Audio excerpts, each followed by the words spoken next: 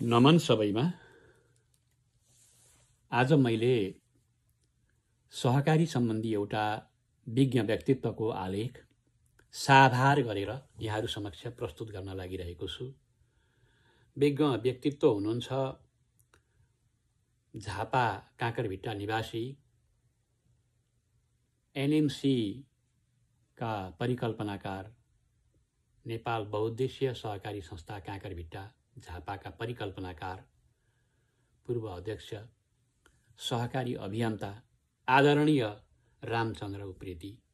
उहाँले लेख्नुभएको यो आलेख 2081 सालको असोज 10 गते अनलाइन खबर भन्ने पत्रिकामा प्रकाशित भएको थियो र मैले त्यहीबाट साभार गरेको हुँ। मैले उहाँलाई सोधेको पनि छैन, साभार गर्नको निम्ति सोधेको पनि छैन। र यो आलेखले के भन्छ त्यो कुरो आलेख सुनेपछि यहाँले गर्नुहुनेछ, बुझ्नुहुनेछ र यहाँलाई कस्तो लाग्छ आफ्नो विचार त्यसपछि कमेन्ट सेक्सनमा राखिदिनु होला। र सम्बन्धित आलेखका लेखक आदरणीय रामचन्द्र उप्रेतीज्यूलाई उहाँकै चाहिँ सामाजिक सञ्जालमा रहेका कुनै त्यस्ता किसिमका सम्पर्क सूत्रहरूबाट उहाँलाई नै पनि यसको बारेमा उहाँलाई सुझाव दिन सकिनेछ। अहिले मैले सोझै यसमा प्रस्तुत गर्ने अनुमति मागे। यसको शीर्षक छ सहकारी समाज। समाजमा भएका अनेकौं उतार चढावलाई नजिकबाट हेरिरहेका, अध्ययन गरिरहेका र समुन्नत समाजको चाहना गर्ने पूर्वजहरूले सहकारी समाजको परिकल्पना गरे। 19औं शताब्दीमा युरोपमा यस्तै धेरै चिन्तकहरू थिए जसले समाजको दुरावस्थाको परिवर्तन गरेर नयाँ र उन्नत समाजको कल्पना गरे। भुइँ मानिसले पाएको दुःख अभावबाट कसरी मुक्ति खोज्ने भनेर उपाय निकाले।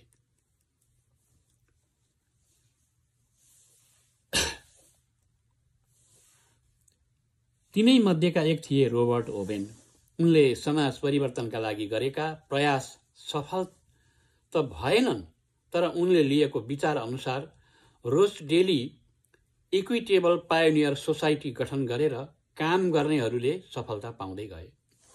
रोचडेलीहरूले गरेको पहिलो सफल अभ्यास नै सहकारी आन्दोलनको पहिलो सहकारीको रूपमा स्वीकार भयो।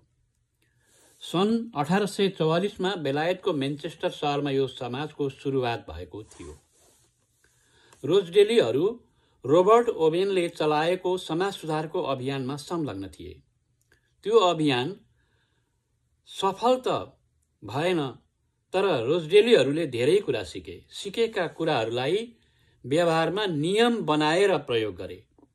यिनै नियम र व्यवहारले उनीहरूलाई सफल बनाएको हुनाले पछि खुल्दै गएका सहकारीहरूले पनि रोचडेलीहरूले बनाएका नियमहरूको पालना गरे। नियममा विश्वास भएका र नियमको नियमित पालना गर्नेहरूलाई मात्रै सदस्य बनाउने गरे। सन् 1895मा त्यस्ता सहकारीहरूको अन्तर्राष्ट्रिय महासङ्घ बन्यो। यसले सहकारीमा अभ्यास गरिएका नियमहरूलाई सिद्धान्तको रूपमा स्वीकार गरियो। सहकारी समाजका लागि मूल्य र सिद्धान्त बने ती कुराहरू। महासङ्घले समय समयमा सहकारीको परिभाषा, मूल्य र सिद्धान्तलाई विकास एवं व्याख्या गर्दै गयो।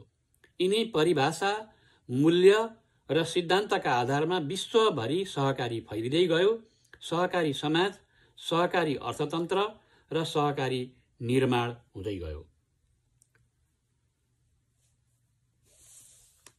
नेपालमा विधिवत रूपमा 2010 सालमा सहकारी विभागको गठन गरेर प्रवेश भए पनि पहिलो सहकारीको गठन 2013 सालमा राप्तीको बाढी पीडितलाई सहयोग गर्ने चितवनको राप्ती दुनमा पहिलो सहकारी गठन भयो। पहिलो पटक 2016 सालमा सहकारी ऐन बन्यो। पञ्चायत कालमा सहकारीलाई पञ्चायत मातहतमा राखियो र प्रजातान्त्रिक नियन्त्रणको अभ्यास हुन रोकियो। यसको कारण भनेको सहकारीमा प्रजातन्त्रको अभ्यास हुँदा पञ्चायतले आफूलाई असुरक्षित ठान्यो। मैले थाहा पाएसम्म पञ्चायतकालभरि सहकारीका 7 सिद्धान्त कहिल्यै पढाइएन। बहुदलीय व्यवस्थामा पहिलाको सहकारी ऐन खारेज गरेर सहकारी ऐन 2048 बन्यो। ऐनले सहकारी समाज भनेन, सहकारी सङ्घ संस्था भन्यो। सहकारीका मूल्य र सिद्धान्तमा विश्वास भएका मात्रै सदस्य हुन्छन् वा सदस्य भएपछि बुझाइन्छ भन्ने कल्पना गरियो। सहकारी समाज निर्माण गर्न अगुवाई गर्ने अगुवाले सहकारी समाजको भाव, आदर्श, मूल्य, सिद्धान्त राम्ररी बुझेको र अरूलाई बुझाउन सक्ने हुनुपर्छ। जसरी कुनै धर्मको अगुवाई गर्नेले त्यो धर्म र विशेषता राम्ररी बुझेको र व्याख्या गर्न सक्ने हुनुपर्छ। जब सदस्यले सहकारीका मूल्य र सिद्धान्तहरू बुझ्नेछन् तब सहकारी समाज निर्माण गर्न स्वयं नै यो मूल्य एवं सिद्धान्तको पालन गर्नेछन्। सहकारी समाज निर्माणका लागि सदस्यले काम गर्छन्। गरेको कामको स्वमूल्याङ्कन र स्वनियमन गर्नेछन् भन्ने कल्पना गरियो। सहकारी समाज निर्माणका लागि सदस्यले यी आधार मूल्य स्वावलम्बन, स्व-उत्तरदायित्व, प्रजातन्त्र, समानता, न्याय र ऐक्यबद्धताको पालन गर्नेछन्। सदस्य र संस्था दुवैले पालन गर्ने नैतिक मूल्य इमानदारी, खुलापन, सामाजिक उत्तरदायित्व र अरूको हेरचाहलाई स्वयंले नियमपूर्वक व्यवहारमा ल्याउनेछन् भन्ने कल्पना गरियो। त्यसैगरी सहकारीमा 7 सिद्धान्तहरू: पहिलो, ऐच्छिक तथा खुला सदस्यता; दोस्रो, सदस्यहरूको प्रजातान्त्रिक नियन्त्रण; तेस्रो, सदस्यहरूको आर्थिक सहभागिता; चौथो, स्वायत्तता र स्वतन्त्रता; पाँचौं, शिक्षा, तालिम र सूचना; छैटौं, सहकारी बीचको सहयोग र सातौं, समुदायप्रतिको चासो। यी सिद्धान्तको नियमपूर्वक पालना हुनुपर्ने हो। सहकारी समाज निर्माण गर्न सहकारीका मूल्य र सिद्धान्तको नियमपूर्वक नियमित अभ्यास हुन जरुरी छ। यसका लागि सबैभन्दा पहिला सहकारीका मूल्य र सिद्धान्त बुझेका र यसलाई आत्मसात गर्ने, व्यवहारमा उतार्ने प्रतिबद्ध मानिसहरू सहकारीको नेतृत्वमा हुन जरुरी छ। सहकारीको स्थापना सहकारी समाजको निर्माणका लागि गरिन्छ। अंग्रेजीमा कोअपरेटिभ सोसाइटी भनिने यसको अर्थ नेपालीमा सहकारी समाज हुन्छ। तर नेपालमा सहकारी समाज नभनाकाले यसलाई पूर्ण अर्थमा बुझिएन कि जस्तो पनि लाग्छ। सहकारी समाज निर्माण गर्न अगुवाई गर्ने अगुवाले सहकारी समाजको भाव, आदर्श, मूल्य, सिद्धान्त राम्ररी बुझेको र अरूलाई बुझाउन सक्ने हुनुपर्छ। जसरी कुनै धर्मको अगुवाई गर्नेले त्यो धर्मको विशेषता राम्ररी बुझेको र व्याख्या गर्न सक्ने हुनुपर्छ। त्यति मात्रै होइन, अगुवाईको आधारमा अनुयायीका लागि स्वीकार्य हुनुपर्छ। त्यति मात्र होइन, अगुवाको आचरण पनि अनुयायीका लागि स्वीकार्य हुनुपर्छ। हिन्दू धर्ममा व्याशासनमा बसेर प्रवचन गर्ने पण्डित, गुरु, आचार्यसँग कस्तो ज्ञान, आचरण र व्यवहारको अपेक्षा गरिन्छ? उनले घुँडा फट्याएको जिन्सको पेन्ट र टी सर्ट लगाएर पुराणको आसनमा बसे, बेलुका मासुसहितको मदिरा सेवन गरे भने के हुन्छ? यस्तै अरू धर्ममा पनि धर्मका अगुवाहरूसँग निश्चित आचरण र निश्चित पालना भएको अपेक्षा अनुयायीहरूले गर्छन्। तब मात्रै अनुयायीहरूमा पनि यो आचरणको केही भाग अपेक्षा हुन्छ। त्यस्तै समाज र राज्यका विभिन्न जिम्मेवारीमा बसेका मानिसमा पनि यो अपेक्षा समाजको हुन्छ, राज्यको हुन्छ। शिक्षक, प्रहरी, सरकारी कर्मचारी, न्यायाधीश, प्राध्यापक, डाक्टर, इन्जिनियर, नेता आदिसँग पनि पदीय मर्यादा अनुसारको ज्ञान, आचरण र व्यवहारको अपेक्षा हुन्छ। एउटै विश्वविद्यालयमा हुन्छन् भनेर विद्यार्थी र प्राध्यापकको आचरण एवं व्यवहार एकै खालको हुन सक्दैन। दुवै पक्षका लागि अदालत कर्मथलो हो, तर न्यायाधीश र वकिलको भूमिका उस्तै हुन्छ भनेर अपेक्षा गरिँदैन। सहकारी समाज भनेको स्वावलम्बी, स्वाभिमानी, आत्मनिर्भर, पारस्परिकता, सहयोगी, सहकार्य, समता आदि विशेषता भएको हुन्छ। यो विशेषता प्राप्तिका लागि सहकारीको मूल्य र सिद्धान्तको नियमपूर्वक र नियमित अभ्यास निरन्तर गरिरहनुपर्छ। तब मात्रै सहकारी समाजको लक्ष्य पाउन सकिन्छ। नेपाली समाजको हकमा के भयो? नेपालमा सहकारी ऐन बन्यो, सहकारी खोल्न पाइने भयो, खोलियो।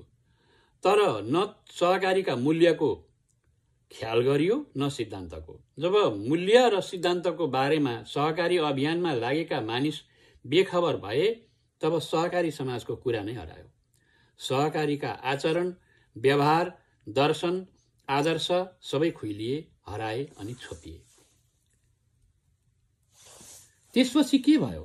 सहकारीमा दुई खालका मानिसको प्रवेश भयो। एक खालका मानिस सहकारीको माध्यमबाट सदस्य र समुदायको आवश्यकता पूरा गर्न चाहने, अर्को खालका मानिस सहकारीको माध्यमबाट आफ्नो स्वार्थ पूरा गर्न चाहने।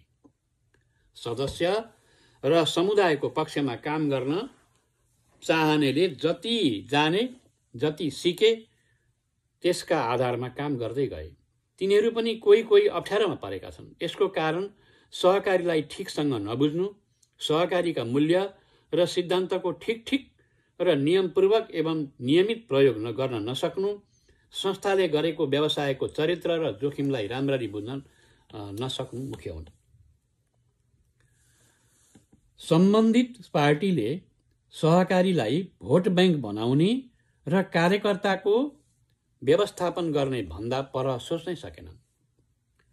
पार्टीका कार्यकर्ता र नेताले सहकारीमा लागेर सहकारी समाज बनाउने कुरा कहिल्यै सोचेनन् र गरेनन्।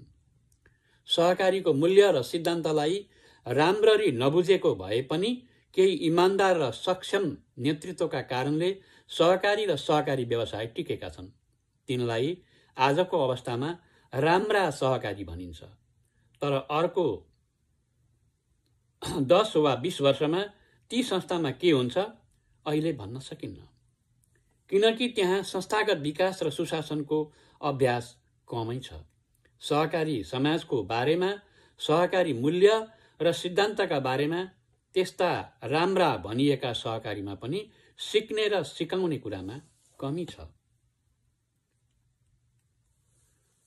अर्को खालका मानिस त सहकारीमा आफ्नो स्वार्थ पूरा गर्न आए। स्वार्थ पनि खालखालका छन्।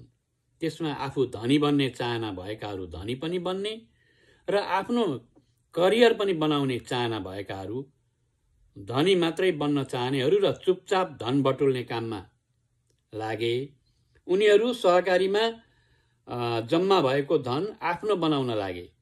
तिनीहरूमध्ये कतिले अभियानलाई सम्पर्क नै गरेनन्, नियामक निकायलाई कुस्त खुसी पारे, जे गर्नुपर्छ गरे। केहीले अभियानको नेतृत्व हत्याउन, शक्ति आर्जन गर्न जे गर्नुपर्छ त्यो सबै गरे। नियामक निकाय र अभियान देखेको नदेखे गरिरह्यो। सहकारीका मूल्य सिद्धान्तका कुरा र सहकारी समाज निर्माण गर्ने विषय र प्रारम्भिक सहकारी न त प्रारम्भिक सहकारीमा भेटिन्छ न सङ्घहरूमा। सहकारीको दर्शन, मूल दर्शन, मूल्य र सिद्धान्तको पक्षमा सहकारीको सदस्य, नेतृत्व, सहकारी अभियानका ठूला नेता, नियामक निकाय कसैको ध्यान गएन। ध्यान केवल आफ्नो स्वार्थमा मात्र केन्द्रित भयो। सहकारी अभियानको छाता संगठन महासंघ र केन्द्रीय निकायमा नेतृत्व गर्नेहरू 150 छन् भनेर मान्ने हो भने ती मध्ये सहकारीको आदर्श, मूल्य, सिद्धान्तलाई आत्मसात गरेका र त्यस अनुरूप सोच, कार्य, आचरण, व्यवहार भएका कति जना होलान्? के 10 जना भेटिन्छन्? म त त्यति संख्या पनि भेट्न मुस्किल छ भन्छु। ती मध्येका केही जेलमा छन्, केहीको भागाभाग छ, धेरैका त प्रारम्भिक सहकारी नै छैनन्। धेरै नेताले प्रतिनिधित्व गरेको जिल्ला, विषयगत प्रदेश र कति केन्द्रीय सहकारी सङ्घको 10-20 वर्षदेखि साधारण सभा पनि भएको छैन। झोलामा लेटर प्याड बोकेर वर्षौंदेखि उही मानिस प्रतिनिधि र नेता भइरहन्छन्। प्रतिबन्धित पार्टीले सहकारीलाई भोट ब्याङ्क क्षमा गर्नुहोला सम्बन्धित पार्टीले सहकारीलाई भोट ब्याङ्क बनाउने र कार्यकर्ताको व्यवस्थापन गर्ने भन्दा पर सोच्न पनि सकेनन्। पार्टीका कार्यकर्ता र नेताले सहकारीमा लागेर सहकारी समाज बनाउने कुरा कहिल्यै सोचेनन् र गरेनन्। नियामक निकायको क्षमता यति धेरै सहकारीलाई नियमन गर्ने सक्ने छैन, छँदै छैन। यो नियामक निकायका कतिपय अवस्थामा भएका गलत निर्णयको कारण अहिलेको अवस्था आउनमा सघाउ नै पुगेको थियो। यसको निष्कर्ष के हो भने नेपाली समाजमा सहकारी अभियानको आवश्यकता छ। यसले जानी नजानी नेपाली समाजमा निकै ठूलो योगदान गरेको छ। यसका उपलब्धिलाई जोगाउँदै सहकारी अभियानलाई पुनर्जागरण गर्न आवश्यक छ। सहकारीको मूल मर्मसँगै आदर्श, मूल्य, सिद्धान्तको अध्ययन र अध्यापन गर्ने गरी संरचना बनाउनुपर्छ। सहकारी समाज निर्माण सहकारी समाज अभियानको मुख्य उद्देश्य हुनुपर्छ। यो उद्देश्य पूरा गर्न मन, वचन र कर्मले लाग्न सक्नेलाई सहकारी अभियन्ता भन्ने गर्नुपर्छ। सहकारी अभियन्ता पालिकामा हुनुपर्छ। यस्ता अभियन्ताका लागि सहकारी ज्ञान आचरण हुन जरुरी छ। यो राज्यले निर्धारण गर्नुपर्छ। यस्तो ज्ञान र आचरण भएकाहरूले प्रारम्भिक सहकारीलाई नियमित प्रशिक्षित गर्न सक्छन्। आवश्यकता अनुसार यस्तै अभियन्ताहरूले सहकारीको नेतृत्व पनि गर्न सक्छन्। सहकारीको नेता बन्न सहकारी ज्ञान र आचरण भएपछि मात्रै योग्य हुने व्यवस्था गर्नुपर्छ। हरेक प्रारम्भिक सहकारीमा सहकारीको मर्म, आदर्श, मूल्य र सिद्धान्त बुझेका व्यक्ति हुनुपर्छ। हरेक सहकारीको लक्ष्य सहकारी समाज निर्माण हुनुपर्छ। सहकारी समाज निर्माणको लक्ष्य बिर्सिएको हराएको सहकारी अभियानले सहकारीको गन्तव्य भेट्टाउँदैन। अहिलेको अवस्थाले निरन्तरता पाए अर्को 10-20 वर्षमा फेरि यस्तै समस्या दोहोरिन्छ।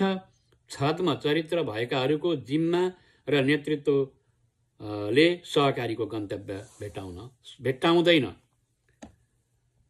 धन्यवाद। समाज सहकारी, यसका लेखक हुनुहुन्छ रामचन्द्र उप्रेती झापा। उहाँ सहकारीका विज्ञ एवं प्रखर अभियन्ता समेत हुनुहुन्छ।